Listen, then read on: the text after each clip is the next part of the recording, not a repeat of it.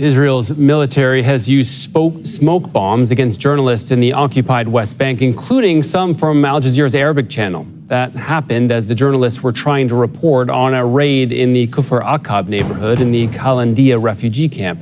At least 3 people were treated for injuries, including one who was shot in the thigh.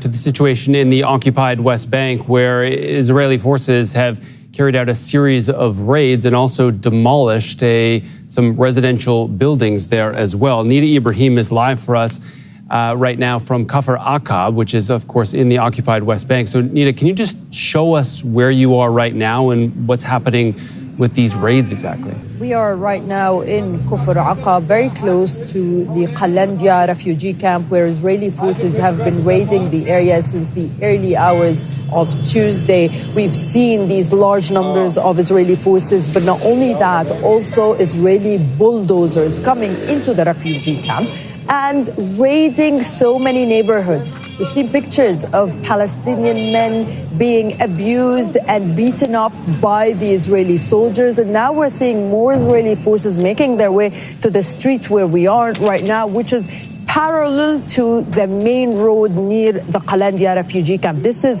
one of the main roads that links between Ramallah and Jerusalem, as well as Ramallah and the rest of the occupied West Bank, closing it right now in this time where Palestinians are getting ready to go back home from their work, from their businesses, is adding a lot of pressure, adding a lot of anxiety to the Palestinians here who are wondering what's happening and what's going to happen to them.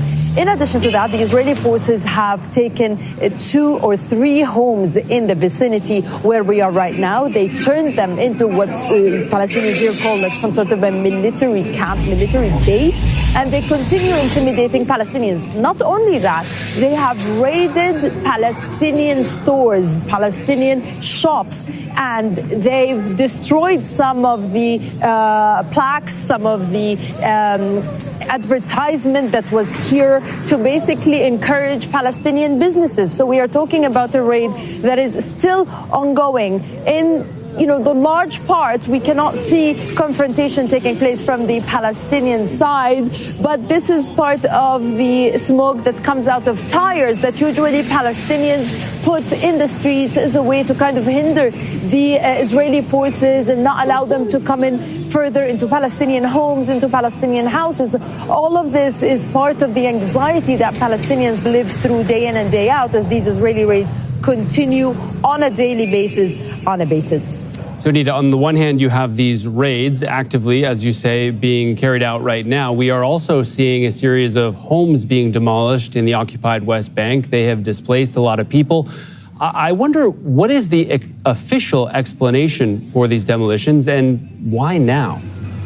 Well, Palestinians would tell you that the Israeli forces do not need any excuse to demolish Palestinian homes. But the main reason that the Israeli forces have been using when it comes to demolishing Palestinian homes is their lack of building permits. But these building permits, more than 60% of the occupied West Bank, are almost never given, leaving Palestinians to have to build and endure that pain because otherwise they won't have homes for their families to live in. They won't have places to expand in. But today and here we are seeing demolitions that are targeting Palestinian shops. Again, another way that Israel is hindering and obstructing the Palestinian economy.